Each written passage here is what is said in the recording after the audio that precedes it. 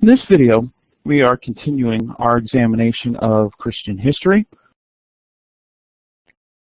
Particularly, this time we're going to be asking some questions about worship, and so we're going to take a survey of worship from the first century to the present. Now, brief doesn't necessarily mean the time that we're looking at, but when we think about all the worship that has been done from the first century to the present, and of course we're talking about Christian worship here. We're not really going to spend too much time talking about Israelite worship. We are just hitting the highlights of different periods.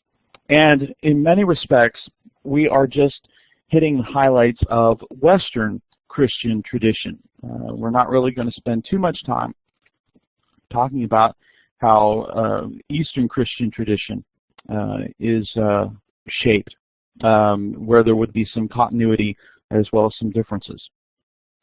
Furthermore, this is not an expansive view of all of Western Christianity and its worship.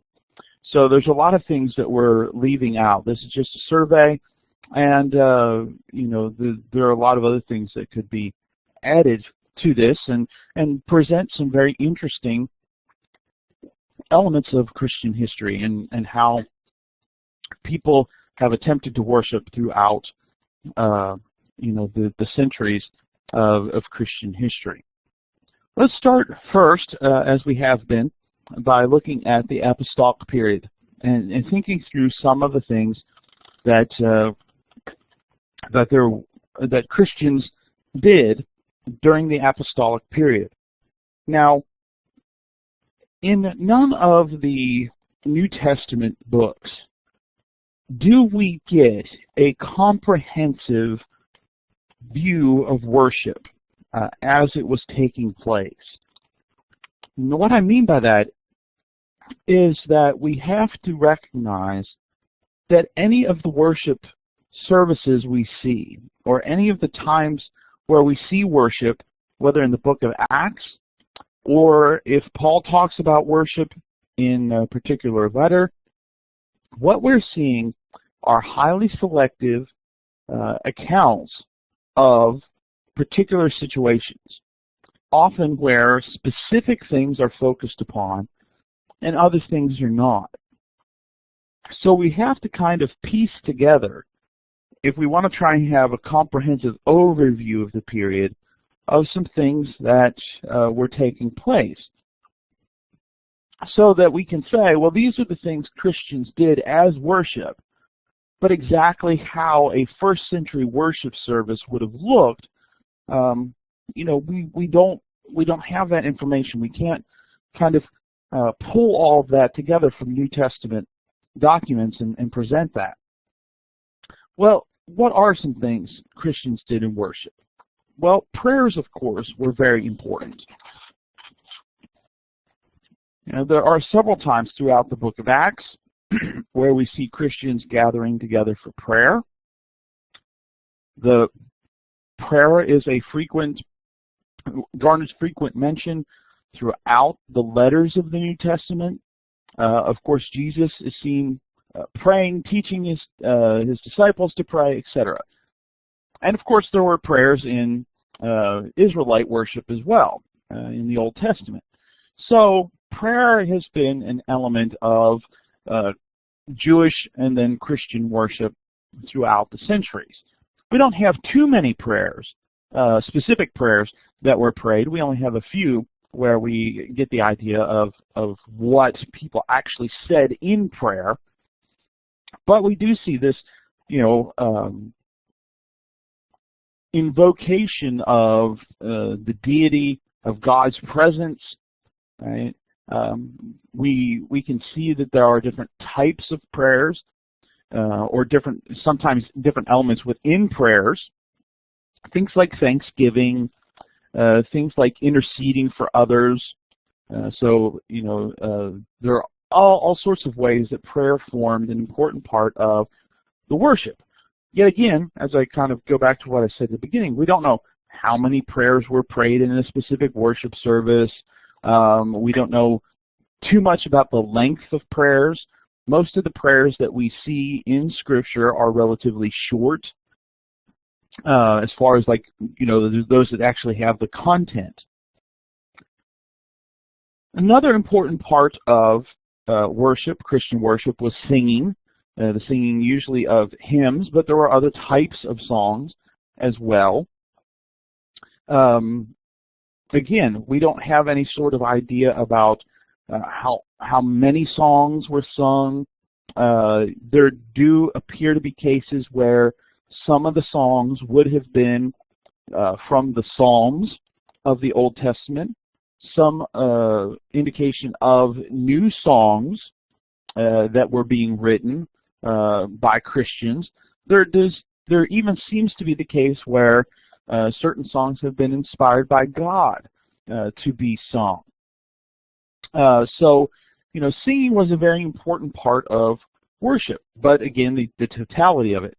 What appears to be likely, and we'll touch on this in a little bit more detail, is the singing was done a cappella, was done without musical instruments. But exactly all the ins and outs of how it was sung. Some people have suggested that what took place was antiphonal singing. Essentially, that would be singing where there would be a call and response. Some of that might have been a leader saying a line and then the audience responding back, or it could be the men singing one thing and the women singing in response. There doesn't appear to have been, in the musicality of this time period, 4-part harmony. Now that appears to be something that developed more in the Middle Ages, so harmony wasn't as important. But we do see, of course, this idea of singing praises to God, singing songs that were an encouragement to others, songs that might have been meant to be corrective of some things, songs that kind of told the history of God's acts in worship, songs that praised God. So all sorts of different songs appear to have been in the repertoire of early Christians, but was singing done at the beginning, was singing done at the end, was singing kind of interspersed with prayers like what we have it today. Those kind of things we don't know too much about.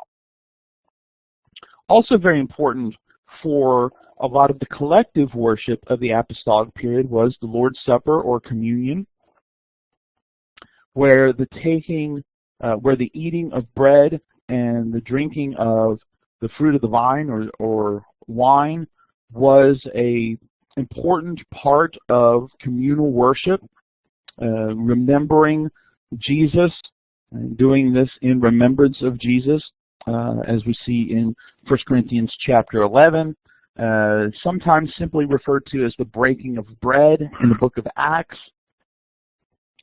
But the Lord's Supper was a very important part of worship because it was a reminder of who Jesus was and what he had done and how that had brought them into community with each other. Also during the apostolic period, during worship, there appears to have been, in some cases, as sometimes, the exercise of certain spiritual gifts, particularly prophecy. Without having the entirety of the New Testament, there was the need for prophets to reveal certain things, certain messages from God that needed to be shared at specific times. Sometimes, of course, some other gifts would have been used by Christians in a worship service. Most of what we have related to the spiritual gifts is more of a corrective approach. Paul saying, use them in these ways. You're using them improperly. So, for example, the gift of speaking in other languages, Paul was concerned in 1 Corinthians that the Corinthian church had overemphasized this particular gift, that it, in some cases, it kind of descended into a little chaotic type of atmosphere, and so he kind of gives some guidelines as to how that's to be done. With the gift of prophecy, of course, it's not just kind of the person just kind of hears the message from God. There's also the judgment of prophecy that was to take place as well, where the others would weigh what was said and ask, is this truly a message from God?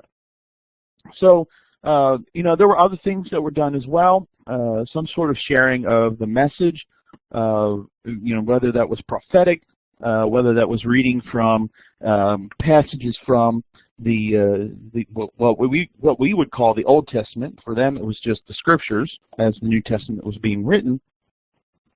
But usually some sort of message there, kind of coming either from the spiritual gifts or from the reading of a letter of Paul, for example.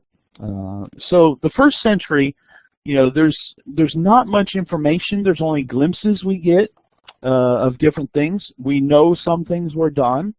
We don't necessarily know all the hows and the whys and the order of worship and all those kind of things that we think about today. So some of that is less a part of what's going on in the first century than perhaps we would like to know all the details of.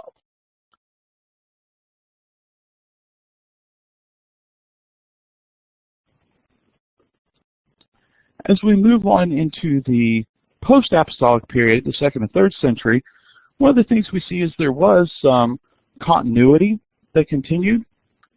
There is the singing and the Lord's Supper. There's continuity that takes place. But we begin to see some more information, perhaps that we would like, the more details related. And you also begin to see Christian sources talking about some information. You also have a few non-Christian sources talking about some of the things that Christians are doing. So, for example, around the year, the early 110s, there is a governor in what is today modern-day Turkey named Pliny. And Pliny has been investigating Christians. He had received a letter of some people that were Christians, and he's been investigating them. And so he decides at some point, though, that he needs to make sure that what he's doing is in line with the emperor's policy. So Pliny writes to the Emperor Trajan and kind of lays out what he's been doing, what he's discovered, and essentially wants to know what he should do. Should he continue with what he's been doing, or does he need to modify some of his behavior? Now, we'll talk more, I believe, about this particular correspondence between Pliny and Trajan when we talk about church and state. But one of the things that I bring it up here to do is to say that, Pliny talks about this is what Christians do. This is what he's discovered as he's been investigating, Christians. And so he talks about, Christians meeting on a certain day of the week before it is light. Probably the church or churches that Pliny's been investigating might have had quite a few slaves that were part of it, and so the expectation would be once it's light, the slaves have work, and so Christians are meeting together before it is light so that the slaves have time to worship with the community. They meet on a certain day before it is light. They sing hymns to Christ as a God. They commit to living moral lives, and they eat common food. One of the accusations that was going around during this period was that Christians were cannibals and that they ate babies baked in bread. And probably what most scholars believe is what's taking place here is a misunderstanding of communion. And so the talk about Jesus, baby Jesus, maybe around hearing narratives about Jesus being born of a virgin, and so Jesus and the bread being Jesus, and so misunderstand. So he basically says, well, they just eat common food.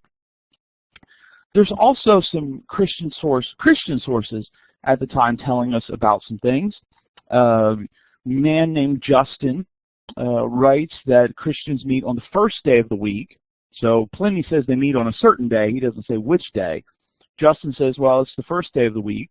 They read from what he calls the memoirs of the apostles, probably the Gospels, or at least writings of the apostles, maybe before the Gospels, but probably the Gospels.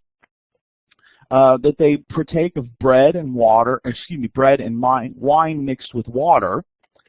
So the bread, of course, for communion water would have diluted the wine, so it would have been less potent. It wouldn't have led to drunkenness. The other thing that Justin talks about is the giving of finances. While it appears that collections were made in the first century, apostolic, that it was a regular occurrence. Most of what we see in the New Testament is collection for specific instances. So again, it appears that regular contribution of finances took place to help those that needed it, to help those that dedicated their lives to preaching the Word, to serving as elders in some cases. We definitely see that in the post-apostolic period, this kind of regular communal giving, and then those funds being dispersed, while we see a lot of occasional giving in the first century. Also, what we see in this post-apostolic period in the second and third centuries is the development of a more specified order of worship. Eventually, this will form into what will become known as a liturgy.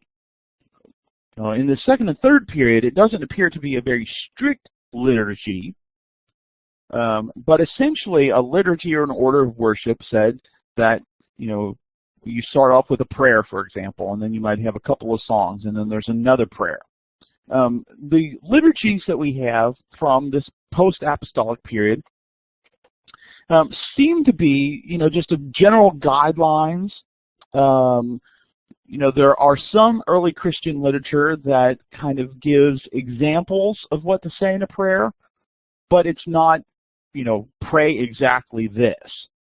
Later on, a couple centuries later, these liturgies will become very specific in that a specific prayer that says these things is said at a specific time.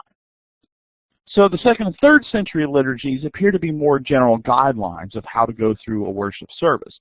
Perhaps, trying to help younger congregations, younger Christians meeting in homes as to, okay, what are we supposed to do? I know that we gather on the first day of the week, but what are we supposed to do? And okay, here are some examples of things that you can do, things that you can say. So that appears to be the case in the second and third century, more so than what we see in the first century. So we get a little bit more detail, even though it's more guidelines than this is exactly what happened, these first days of the week. An important change is in some of the terminology of language and worship, the development of the term Eucharist to refer to communion or the Lord's Supper. The term Eucharist comes from a word meaning to give thanks. So in passing on what Jesus did in instituting communion, of course, one of the emphases in there is that, he took the bread, he gave thanks, and he broke it and said, this is my body. So Eucharist becomes a term to refer to that thanksgiving, that giving of thanks that takes place in the communion. But, one of the things that will become important is later on, Christians will disagree about what Jesus meant when he said, this is my body. Right? So he hands them the bread and said, this is my body, this is my blood for the cup. And so people will look back to this 2nd and 3rd century and say, oh, well, Justin says that the bread and the wine are no longer common food, and so they become the body and blood of Christ. Well, that's probably not exactly what Justin means. Instead, he's talking about, there's in that moment of observing communion, it's not just about physical bread. It's not just about physical drink. Because Justin is trying to write to defend Christians and against their persecutors. And so he wants to say that this is something special that takes place. Now, whether he actually thought it became the body and the blood or not is not clear from what he says. So we have to be very careful in how we take this. But essentially, he's trying to say this is a very special moment.